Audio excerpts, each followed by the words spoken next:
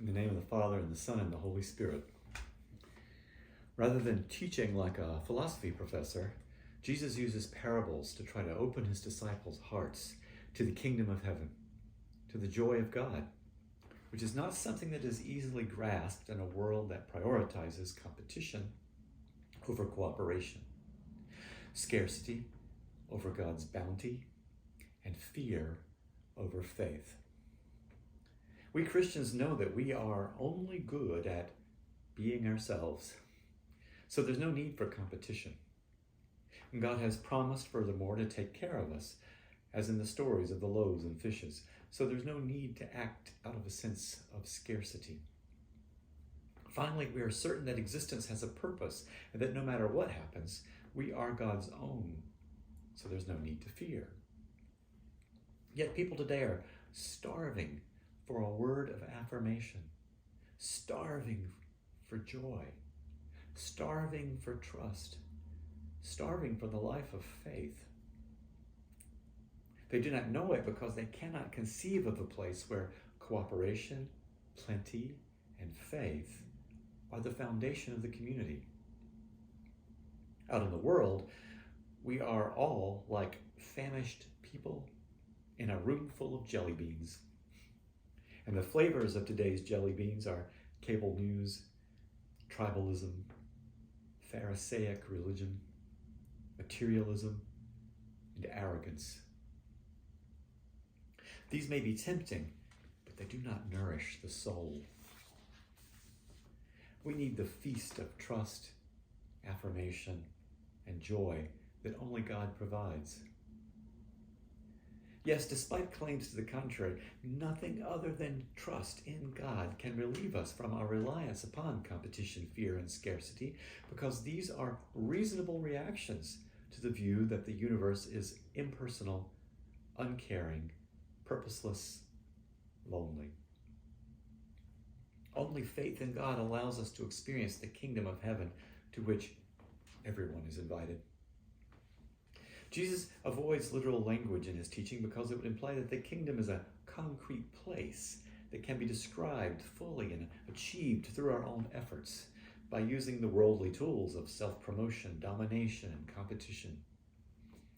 Such an understanding suggests that we get into heaven through calculated, righteous obedience, by being holier than thou. Because it forms a stumbling block that prevents the kingdom, salvation through self-reliance, or Sabellianism, was condemned as heresy at the 418 Council of Carthage. Honoring this condemnation is one of the things that sets the Episcopal Church apart from many churches that see the kingdom of heaven as a place that we go after death because of our careful planning, because we have had the foresight to say the right words, or to join the right denomination. They will tell us that they know the exact steps that one must take to gain admission after we die. Jesus, on the other hand, is speaking of an experience right here and now. Despite this theological difference, Episcopalians, who are often very successful at the world's game, sometimes lose sight of our own gifts as a church. I once applied for a job at a parish that had a large, beautiful brick church building, a stunning pipe organ with 60 ranks, and a brand new building with offices and meeting spaces. They also had a $6 million endowment. When the church required masonry repairs because some bricks fell from its facade, they panicked.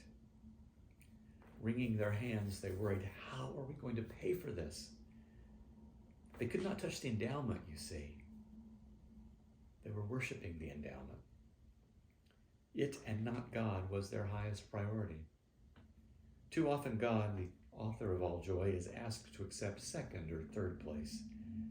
And when this happens, the kingdom vanishes.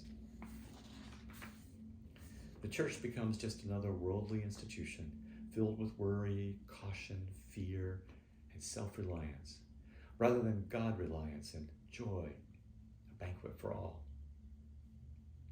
If we forget that we are different, if we forget how we are different, then the church is pointless. People can get worry, caution, and fear anywhere. They need not come to church for more of it. Jesus tells us that the kingdom of heaven is not something we make happen, but something that we allow to happen. It's an experience that occurs only when we set aside our competition, fears, and sense of scarcity and open our hearts to God. But experiences are impossible to define. I can describe to you what it is like to fall in love, for example, but no one will truly understand until it happens to him or her. Like the kingdom, we cannot force it, control it, or plan it. My parents met on a double date, and they were not each other's dates. At best, we can allow the kingdom, be open to it, spread seeds, see what happens. Literal language misleads us into thinking we have fully understood something, and having understood it, can plan its acquisition. Jesus' parables, on the other hand, teach us what the kingdom of heaven is not, more than they teach us what it is. With this knowledge, we can avoid traps, stop blocking the kingdom, and open ourselves to a genuine, joyful experience that is the kingdom. We do not experience the kingdom, you see. The shared experience is the kingdom. So how does Jesus help us to open ourselves to the experience that is the kingdom?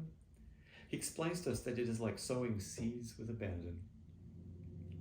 Notice that he does not say that we plant a formal garden, carefully weed the area, select the right colors for each section, buy seeds from an organic provider, and consult the long-term weather report for optimum planting time. We also are not to wait passively until something happens. We are to act, or more appropriately, we are to play. We're to spread seeds joyfully like children and see what happens. There is great freedom and joy in play. And the church is exactly the place where we can do it.